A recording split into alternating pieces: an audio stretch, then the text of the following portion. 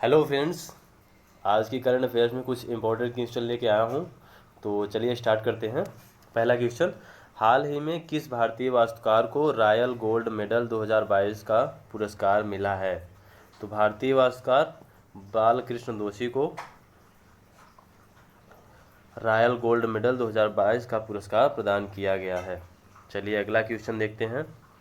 प्रतिवर्ष पर्वत दिवस दिसंबर महीने के किस तारीख को मनाया जाता है?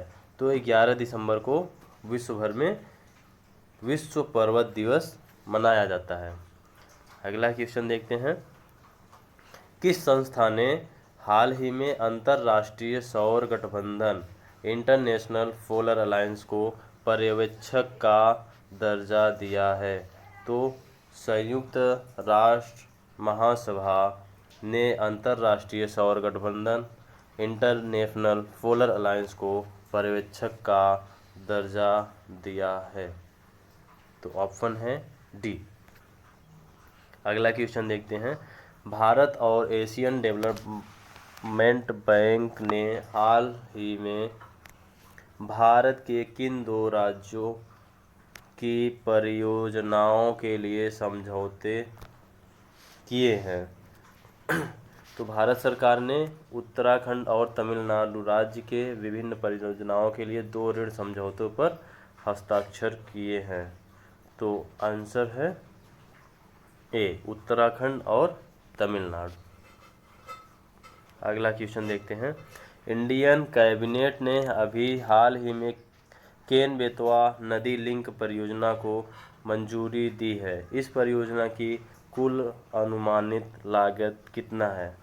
तो अभी केन बेतवा नदी लिंक परियोजना की जो मंजूरी हुई है इसमें 44,605 करोड़ रुपए की अनुमानित लागत आंकी गई है। चलिए अगला क्वेश्चन देखते हैं। हाल ही में भारतीय हॉकी टीम के किस सदस्य को यूपी सरकार ने पुलिस में विशेष अधिकार के पद पर नियुक्त किया है? तो ऑप्शन है बी, ललित कुमार उपाध्याय। ललित कुमार उपाध्याय को विशेष कार्य अधिकारी के पद पर नियुक्त किया गया है। चलिए अगला क्वेश्चन देखते हैं। केंद्रीय बिजली मंत्री आर.के. सिंह ने कितने करोड़ रुपए की 23 नई अंतर्राज्यीय पारेषण प्रणाली की परियोजना को मंजूरी दी है? तो केंद्रीय बिजली मंत्री आर.के. सिंह ने 15,893 करोड़ रुपए की 23 नई अंतर्राज्यीय पारेषण प्रणाली परियोजनाओं को मंजूरी दी है। तो ऑप्शन नंबर बी, 15,893। चलिए अगला क्वेश्चन देखते हैं। असम राज्य सरकार ने राज्य का सर्वोच्च नागरिक सम्मान असम वैभव निम्न में से किसे प्रदान किया है? तो आंसर है रतन टाटा। रतन टाटा को असम राज्य सरकार ने असम राज्य का सर्वोच्च नागरिक सम्मान असम वैभव देने की घोषणा की है। चलिए अगला क्वेश्चन देखते हैं। हाल ही में किस राज्य के पुलिस ने call your cop mobile app launch किया है? तो हाल ही में नागालैंड के पुलिस ने call your cop mobile app launch किया है। तो आंसर है डी, नागालैंड। चलिए अगला क्वेश्चन देखते हैं। हाल ही में जारी ताज़ा रिपोर्ट के मुताबिक कौन सा शहर दुनिया का सबसे महंगा शहर है? तो तेल अवीव। तेल अवीव विश्व का सबसे महंगा शहर है।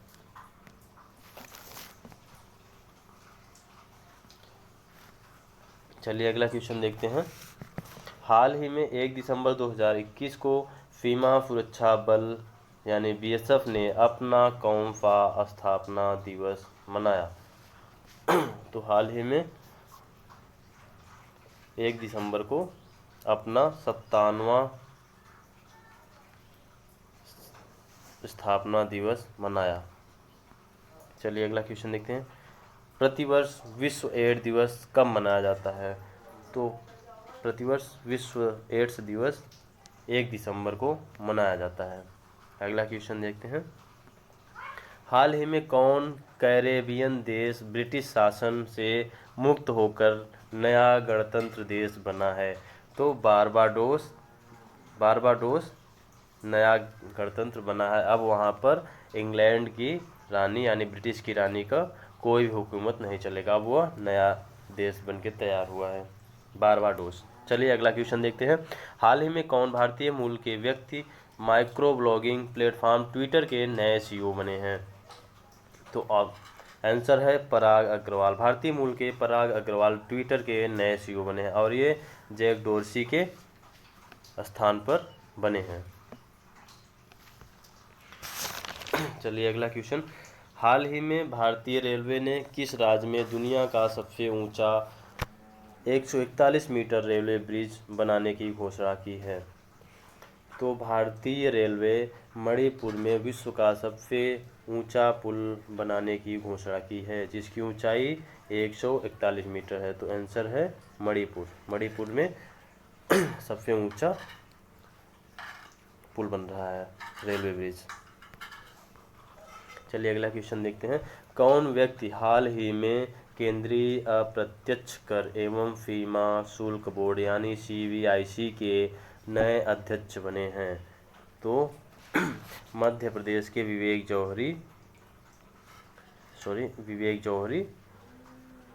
CBIC के नए अध्यक्ष बने हैं। चलिए अगला क्वेश्चन देखते हैं। हाल ही में 28 नवंबर 2021 को राष्ट्रीय कैडेट कोर यानी NCC को कौन सा स्थापना दिवस मनाया गया? तो 28 नवंबर 2021 को NCC ने अपना 73वां स्थापना दिवस मनाया। चलिए अगला क्वेश्चन। हाल ही में कौन भारतीय पर्वतारोहण फाउंडेशन यानी IMF की प्रथम महिला अध्यक्ष बनी है? तो आंसर है उत्तराखंड की पर्वतारोही हर्षवंती बिष्ट IMF की प्रथम महिला अध्यक्ष बनी है। चलिए अगला क्वेश्चन।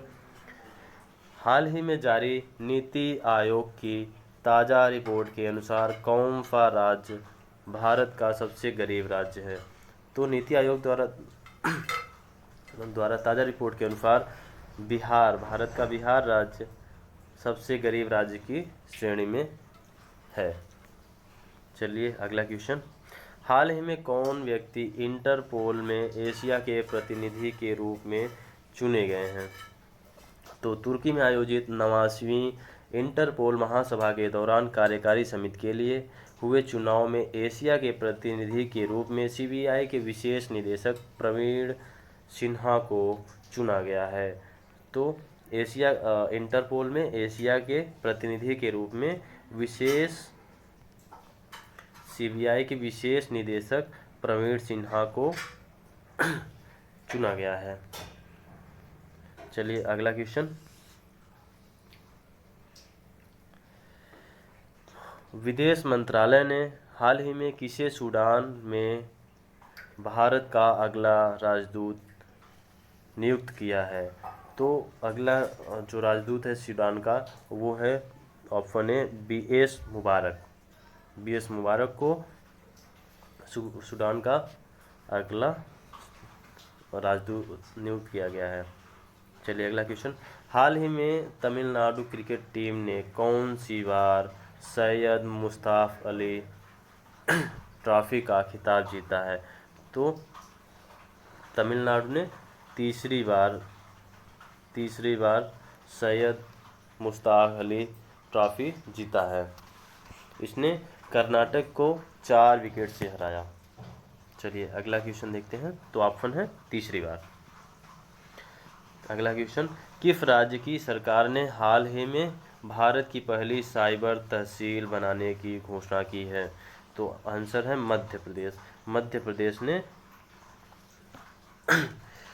प्रदेश सरकार ने राज्य में भारत की पहली साइबर तहसील बनाने की घोषणा की है।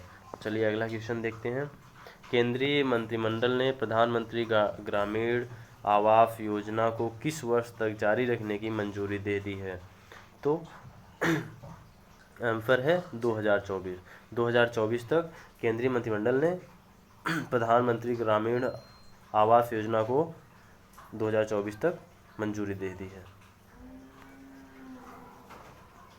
चलिए अगला क्वेश्चन, कोरोना वैक्सीन की दूसरी डोज लगाने वाला भारत का पहला राज्य कौन सा है? तो कोरोना वैक्सीन की दूसरी डोज लगाने वाला पहला राज्य हिमाचल प्रदेश बना है। तो आंसर है Himachal Pradesh. Thank you for watching. अगर क्वेश्चन अच्छा लगे तो प्लीज़ लाइक करें और ऐसे ही क्वेश्चन इंपॉर्टेंट क्वेश्चन के लिए प्लीज़ हमारे चैनल को सब्सक्राइब करें। Thank you.